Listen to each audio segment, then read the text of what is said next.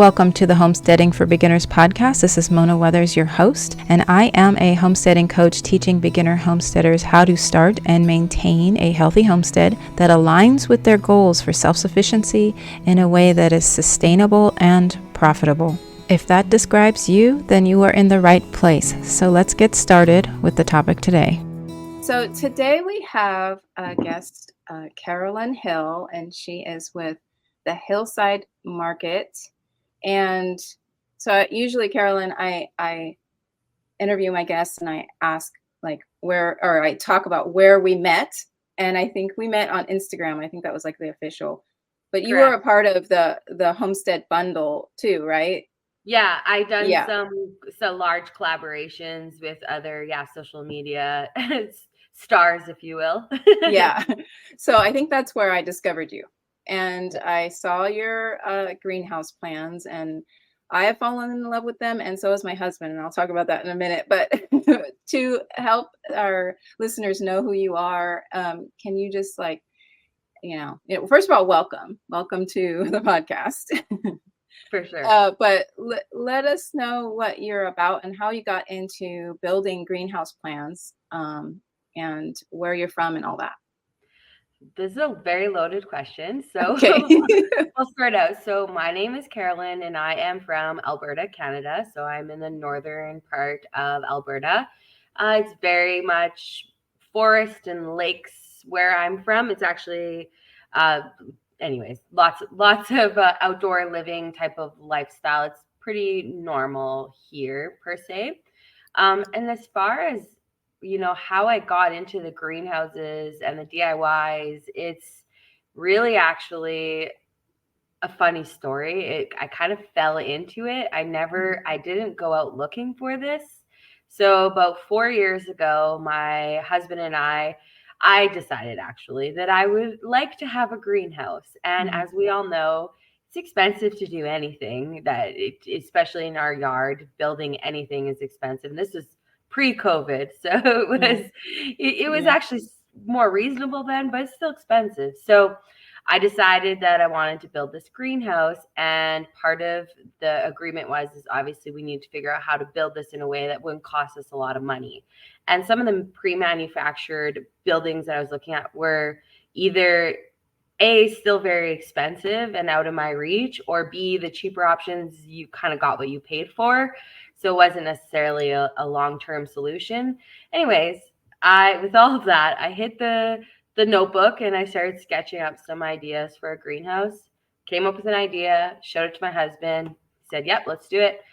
We ordered the materials, picked them up, built this greenhouse. And then I've always been like a fan of home decor and like pretty things. I've always enjoyed that type of setup anyways. And I was part of a Facebook home decor group at this time after I built my greenhouse. And I shared my greenhouse in this Facebook home decor group and shared the photos, and it immediately went viral. And immediately I was being harassed of, how do I build this? I need more information. How did you do this? Yada, yada, yada. And the gears really started turning from there. I sat down at my computer. I believe I was on mat leave actually at the time. Sat down on my computer one day and I decided I was going to figure out how to turn this into a DIY guide. And the rest is history. We have over 20 DIY guides now, not just greenhouses, all types of different homesteading or off-grid camp type of projects. Got some kids items too. We've got everything from chicken coops to kids mud kitchens to outhouses to other, like my raised garden beds are on there. Of course, greenhouse options. There's lots to check out. So that's kind of a bit of how I got specifically into the DIY guide side of things, and actually truly how the Hillside Market was born. Okay, that is awesome. I actually didn't know you did other things until today, and I was looking at your website, which I had pulled up. So if you're listening to this episode on a podcast player, you might want to go to the YouTube, because I have been pulling up some of her designs, and I fell in love with one design, but I didn't realize you were doing other things like like raised beds and things like that. Okay, so I'm going to share here which one I I'm really like. curious. Is this one.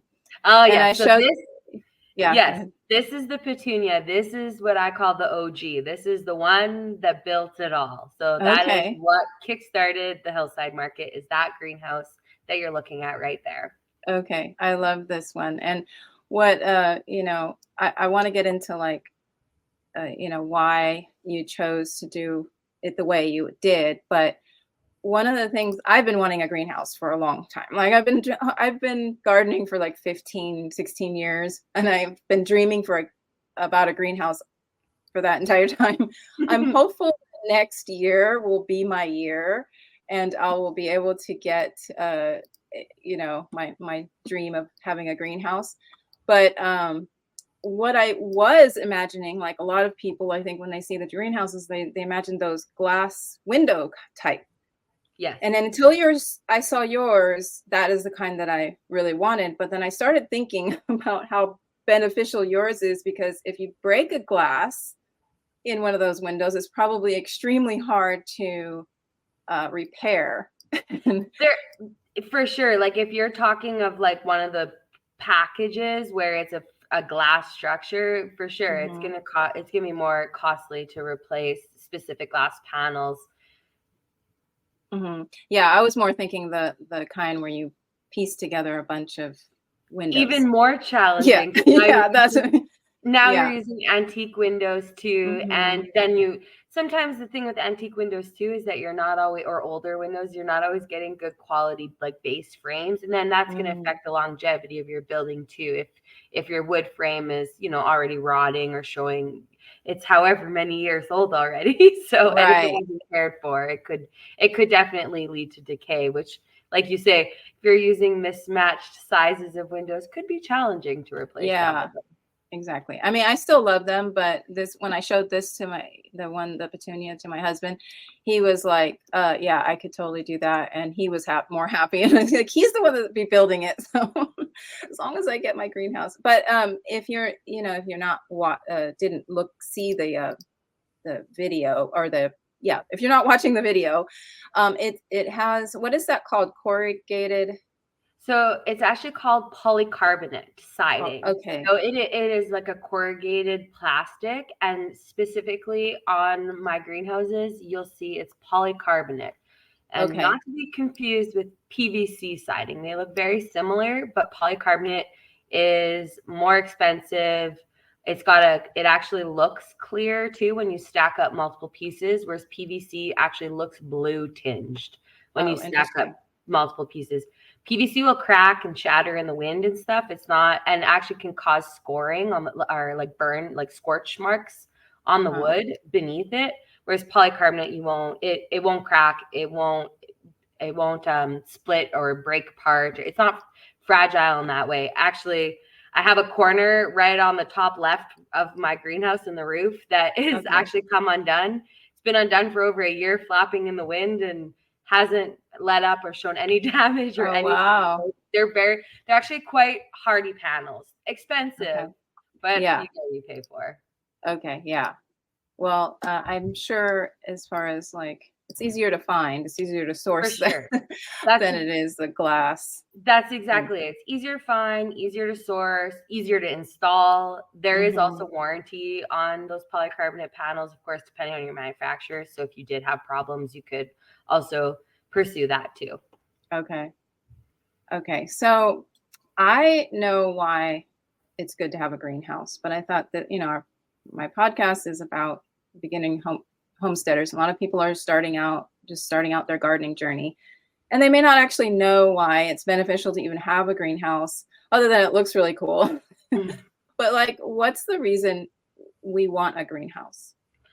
So my answer is going to be very different than other people because of where I live. I live in zone 3. So if you are new to gardening, zone 3 is on the harsher ends of things. We have extreme weather. So I'm also Canadian, so I'll be talking Celsius, but winters are minus 40 and summers plus 30 would be like a hot summer for us. So a greenhouse has challenges because in my area, it's not realistic for me to have a greenhouse that I'm planning to grow in year long, not something like this.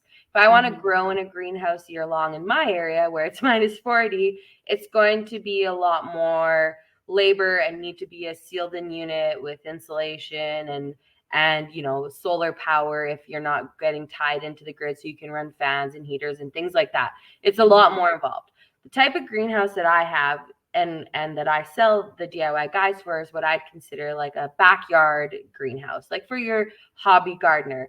And these are not going to be something that I would expect to grow in -40 and in the winter. It's just, again, not realistic. But what it does do is it extends your growing season on either end of the spectrum. So, for example, for me right now, our last frost date is actually not till May 26th. So my plants are actually not safe to go outside yet for still another 5 days. Anything that's tender, of course. So in this situation, I am using my greenhouse. It is not heated, but what it will do is it will keep the frost off of those plants. It's going to keep, so like the lows outside have been getting down to about 2 degrees right now. Again, this is Celsius. And my greenhouse has been staying consistently above 4 degrees at night. So it does hold a bit of that heat from the day. And of course, there's other things you can do with the greenhouse to improve your thermal mass. Things like and for those that are listening, if you're new to this may sound very overwhelming, but things like adding barrels of water, like in a black barrel, that adds thermal mass to your greenhouse, which would help at nighttime release a little bit of that heat to try to counteract those freezing temps. So again, back to why a greenhouse is useful in my situation. I have a lot of plants.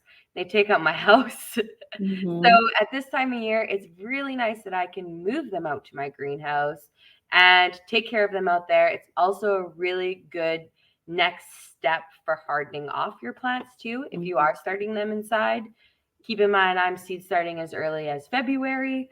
So I can't really get away from that and be able to seed start directly in my greenhouse because, again, winter is a challenge. But in other areas, and I know I have a lot of customers that are from the States, a lot. And I can't say all over the States is different than here because there's certainly a lot of states that are similar types of weather patterns is what I experience. But more southerner states, places where it's warmer, these guys are actually able to seed start in their greenhouses, even though they're still experiencing those low, cool, like evening temps. They're overall warmer, like even in the winter months. So they can utilize their greenhouses for seed starting instead of having, because you won't have the same type of germination if you're seed starting, like let's say on a bench outside and just leaving them in domes, as opposed to a greenhouse where it does get warm from the sun and the humidity levels are different. And then in the fall, going into the fall, if you have a greenhouse that you're specifically growing in, as opposed to, like for me, I'm using it more as, I'll say, like a nursery type of situation. But if you have a greenhouse that you're actually growing crops in the fall, you're also going to gain an advantage because you'll be protected from those first frosts. The frost won't be able to come and settle in on your plants that you're growing inside your greenhouse. Hence why you end up with an extended growing season. So for people like me in zone 3 with very short growing seasons, this could actually mean that you can now grow things that you normally would not be able to. So having a greenhouse, there's so many different uses in a way. Like it depends how you set it up and how, if you're, like I said, if you're growing in pots inside your greenhouse versus if you're growing in the ground inside your greenhouse. Those are all going to have different effects on the overall function. And this can all be really tailored to everyone's own specific needs or interests. A vegetable gardener versus a flower grower is going to also have different needs or interests and maybe set up their greenhouse in a different way. Yeah. Okay. That's awesome. Yeah.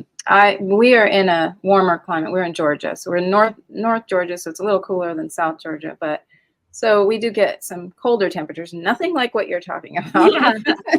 And we do have a very long growing season. But I started my plants in my house, which thankfully I have these huge windows, and that was my greenhouse, basically my Yes. house. But it's like, takes up a lot of the house, and I have grandkids and babies that that are trying to destroy things. So having my own space, and I just love it when I see people on social media talking inside their greenhouse. I don't know what it is about that, but it just seems such like a calm place. Honestly, I feel the same way. Like I have my little greenhouse, but I feel like you could never have too many greenhouses. I want all of the greenhouses. Yeah. There's just something incredibly therapeutic even about spending time inside of there. It rained all day here yesterday, and I spent the day cleaning my greenhouse, and it was wonderful. Oh, nice. Yeah. See, I'd love that because it does rain here a lot. So it'd be nice to have a place to go into and still be in the garden, but not be getting wet. And in your situation where you live, a greenhouse, you could totally use it for your seed starting. Again, for my situation where I live, it's not realistic unless it was heated. Yeah. And yours, your plans aren't really recommended for heating, or that it's not big enough? So my greenhouse, if you wanted to heat it, it's not like our value is important, right? So it's not a fully sealed unit, hence why it's also a lot less expensive to buy something like that, as opposed to fully, let's say like a passive solar greenhouse, for example, that has an insulated back wall and concrete footings, and it's a totally different kind of greenhouse. That's going to cost you likely tens of thousands of dollars to build something like that. Whereas our little backyard greenhouses, the hobby greenhouses, could it be heated long term? I would say no, it wouldn't be an efficient use of resources.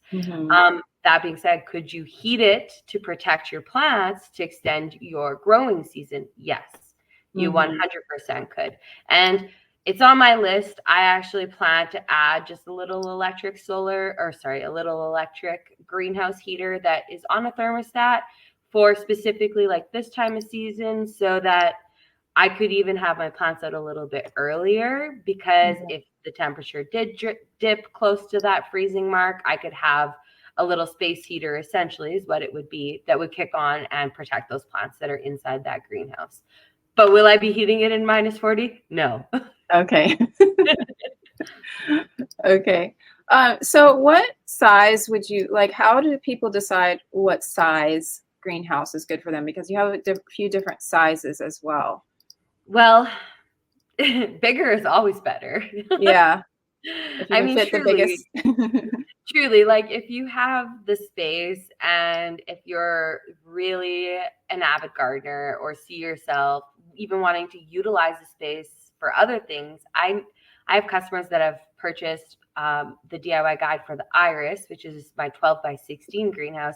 They're actually using it as a photography studio as well as their greenhouse. They have a little area where they're doing their plant nursery, and then they have photography studio on the other side of the greenhouse, which is incredible. That would be an insanely beautiful photography studio. Yeah.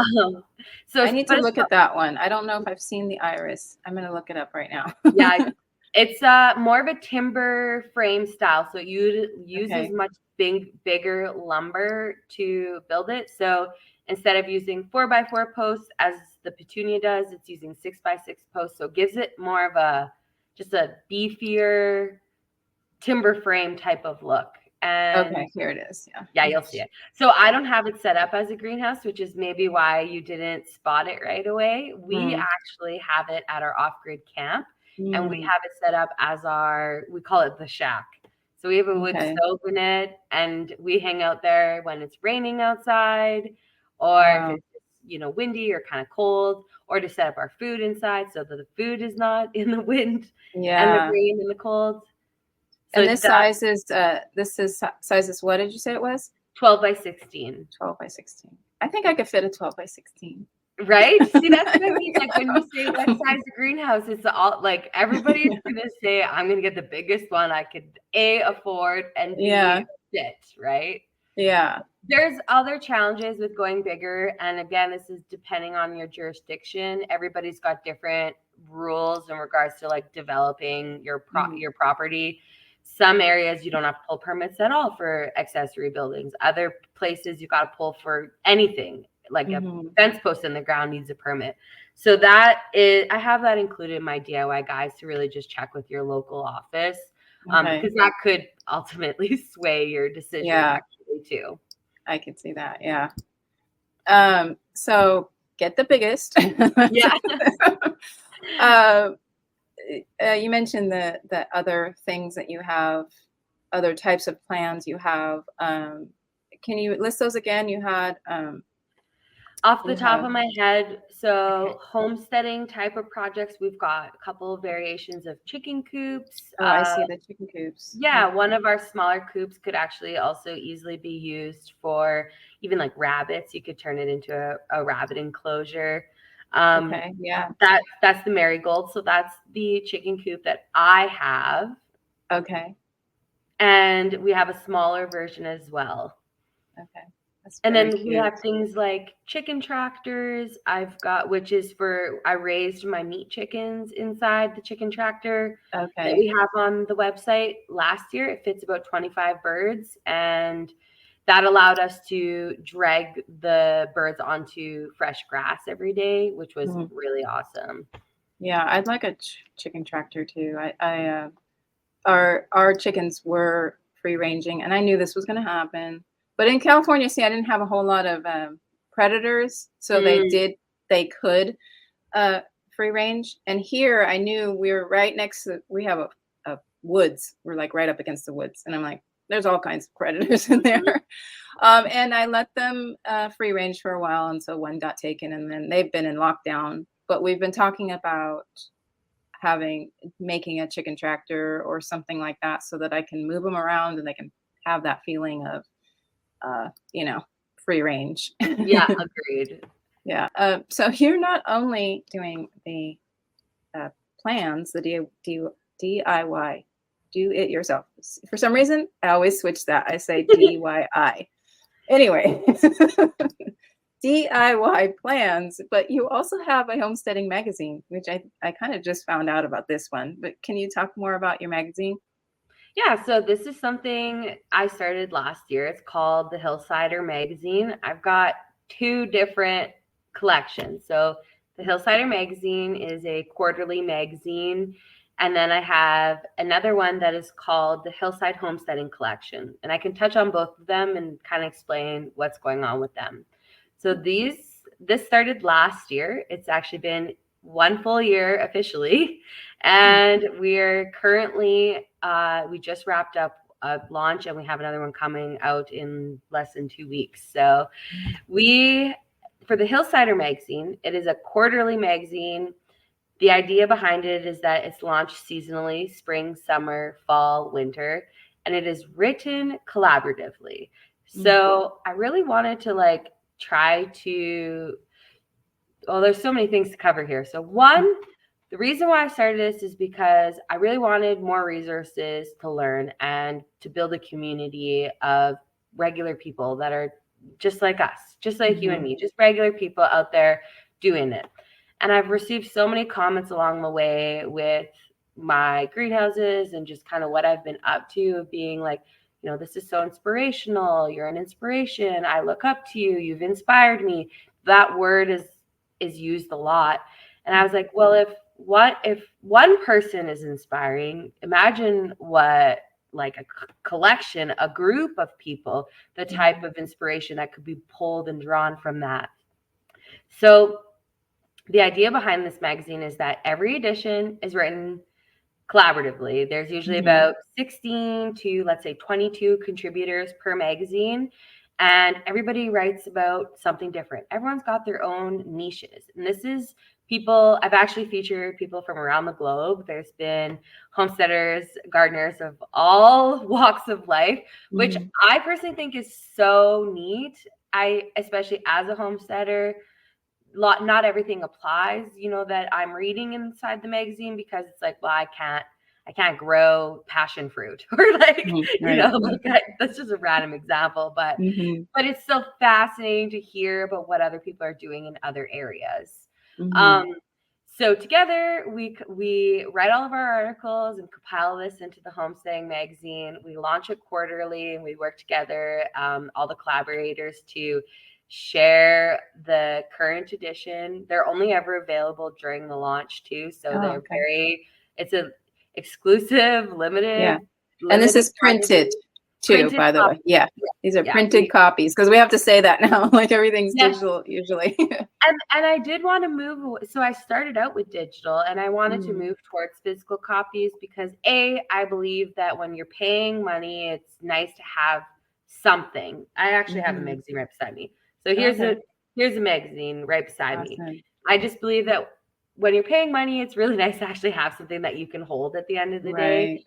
Plus, so much work is poured into these, not only by me, by my contributors, with the help of my digital or my graphic designer as well, that it just didn't feel right just letting them live on the computer. They needed to be something we could hold. So that is the Hillsider magazine. You'll find seasonally there's something different. There's just, the topics are so broad, it's difficult to even tell you. There'll be preserving food, gardening, raising animals, lifestyle stuff. There's some homeschooling stuff. It's really just about the lifestyle. And every contributor talks about what it is that they're passionate about and what they want to inspire others to, look into. And then the other magazine line that I have is called the Hillside Homesteading Collection. Now, this one isn't scheduled in the same way. It's more just special edition drops. So in the past, we've done a handmade holiday gift guide, which everyone loved, and definitely planning on doing that again this year. So stay tuned for that. Keep your eyes out. That one was just so well received. People truly do enjoy gifting handmade, and also, life is expensive, and if there's ways we can save money and still gift meaningfully, that was people were huge fans. The second one we did was homemade household products. There's a big desire for people looking to just make a change, moving away from chemicals, moving more towards holistic, people are, and myself included, are just trying to be more aware of what we're exposing ourselves and our families to. Hence why that homemade household products edition came to life. And then just recently, just yesterday, actually, we closed the window for our All About Gardening edition. So those were all part of the Hillside Homesteading Collection. As I mentioned, it's more of like a niche type of magazine with sporadic drops here and there, not as scheduled. The Hillsider magazine is quarterly, and we offer subscriptions for that one. So if you do want to subscribe, you can sign up anytime throughout the year, and it'll guarantee you your 4 copies. So that's awesome. I love that. I do miss having collections of books and magazines. Like I used to get the Hobby Farm magazine, and had all of those, and I haven't gotten a magazine in a long time. I should probably get yours, just because it is nice to just sit there and look through and learn and have this physical copy. Plus, it's in a preparedness sense, we kind of need those things. We need some physical copies of stuff. Honestly, I don't talk about that kind of stuff too much because I don't like people thinking I'm paranoid, but that's not the case.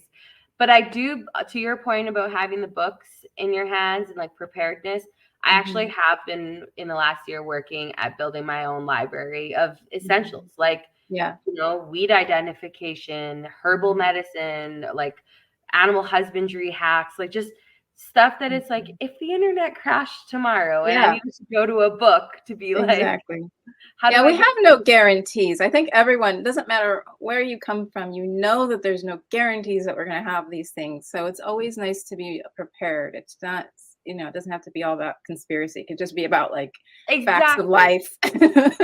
People just immediately, as soon as you talk about preparedness, they're like, they're pretty quick to jump on you.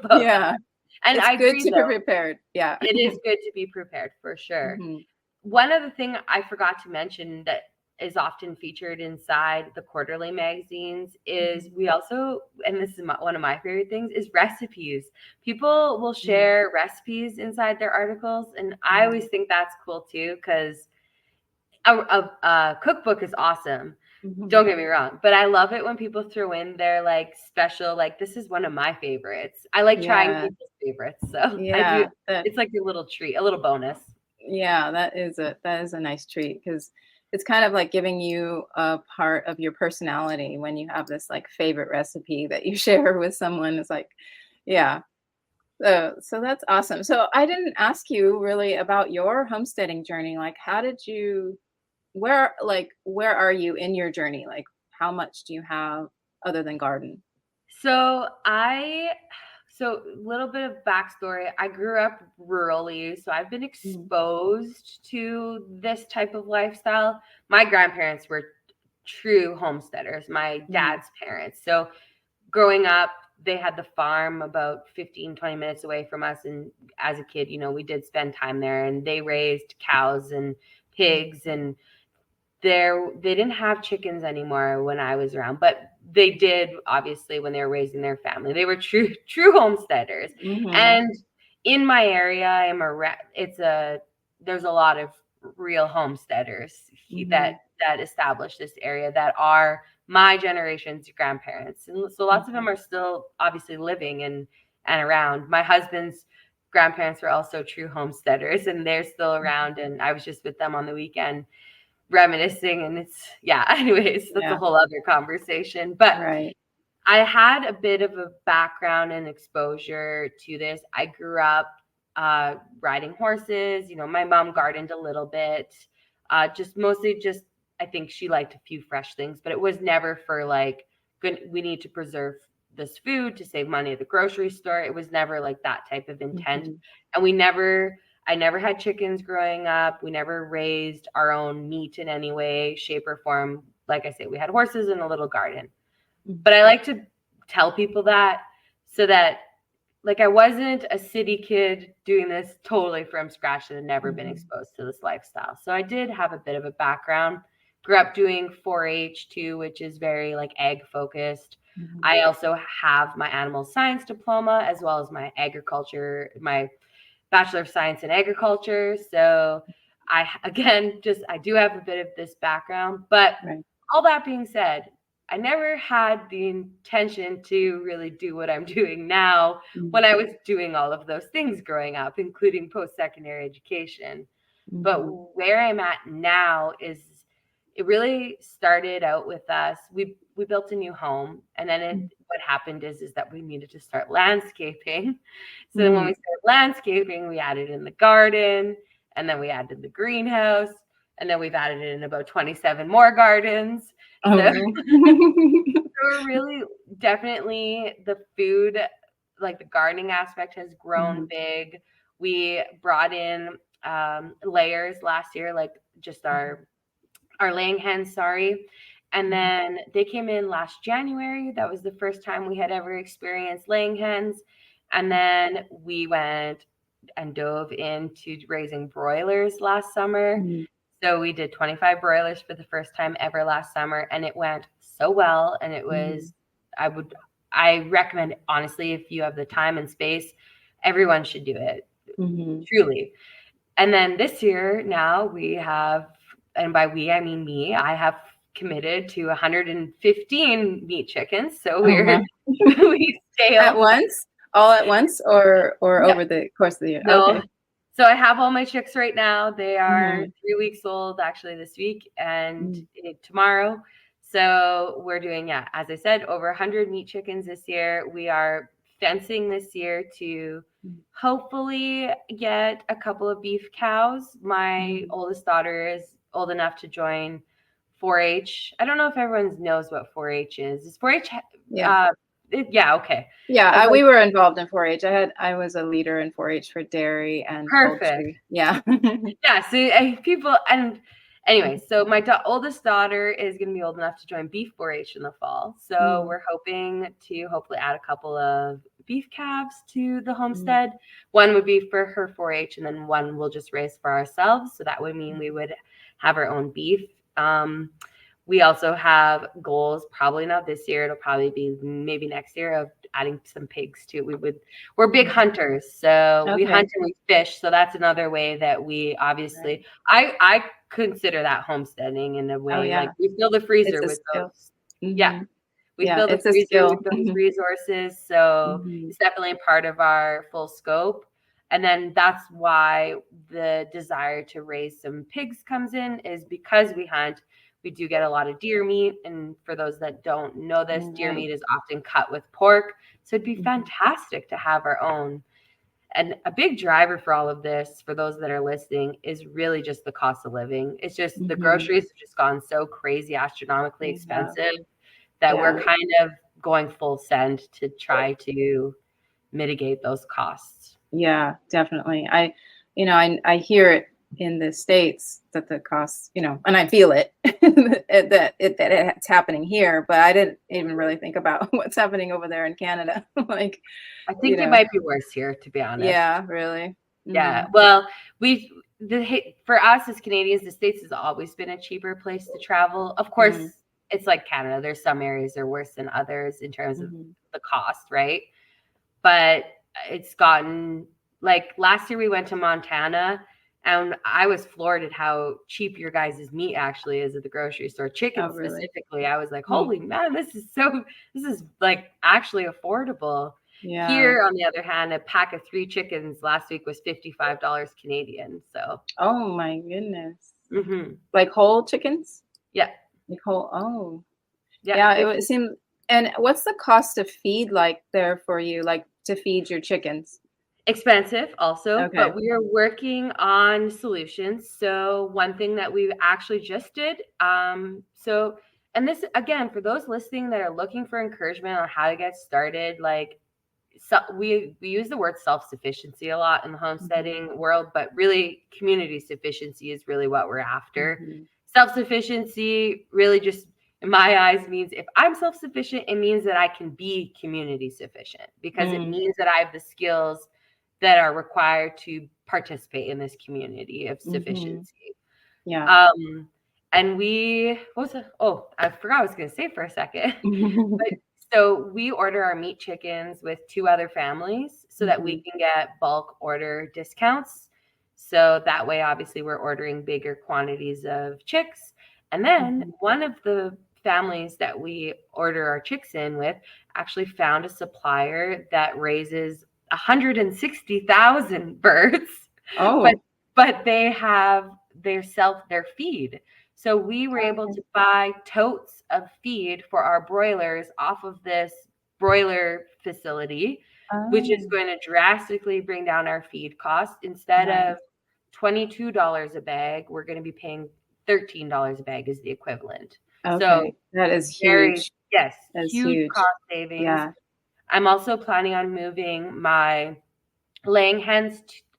Again, I'm not an expert, and I do talk about this a lot with my Hillside page, is that I am learning all of this. I've got a little bit of background, yes, but I'm really just taking everyone with me on this journey. So just please, for those listening, I'm not an expert. But one other thing I am looking at doing, and this is because of chatting with my husband's grandma, she told me they always fed their laying hens chop. So we are not farmers, but I did find a local farmer that is also selling totes of chop. So I'm considering that. What is chop? I don't think I've heard that. So chop, again, not an expert, but chop, like their description essentially is, it's a different mixture of it's a feed ration, right? There's some peas in it. There was like some barley. Oh, so that might be like scratch? No? Probably. I haven't heard the term scratch. So so it must be a Canadian American thing. Yeah, it could be. I think it's called scratch here. It sounds like, because it's mixed with a lot of different things. Yeah, and is it kind of like your local producers will make it to feed their own animals? Like in our case, that's what it is. Yeah. It's a local producer that makes it for their own animals. Okay. That's also selling extra totes of feed for other people. Okay. Yeah, So I don't know if there's anything like that here. Like I haven't reached out to any local people or anything, so I don't like local farms that sell stuff. So there may be something like that here. I've been trying to just make a change and move away from the feed store because, again, I want to make sure that I have the ability to source feed for my animals without having to rely on a store per se that's shipping it in. I don't have a problem. Like, we've got a few local seed cleaning plants and some feed mills too that I would gladly go to directly for sure. Just again, really what it comes down to is trying to cut costs, because even my laying hens, like, they cost a fortune. They're not cheap. So yeah, exactly. Yeah. And I'm sure someone listening, got some ideas from what you just shared. So I appreciate you sharing that. And I totally, like, if you listeners know that I talk about community, I actually go as far as community dependency, because we need to depend on each other, and it's good to depend on each other. It's healthy as a community to be dependent on each other. And so I say, make community dependency part of your self-sufficiency plan. I actually love that terminology. I haven't heard that, but you're right. Instead of depending on the grocery, depending on the grocery store, depend on the farmer's market. Yes, exactly. I love it. Well, I have so much enjoyed this conversation, and I can't wait to get that greenhouse going. I'm now trying to decide whether the iris or the petunia, but it's going to be between those two probably.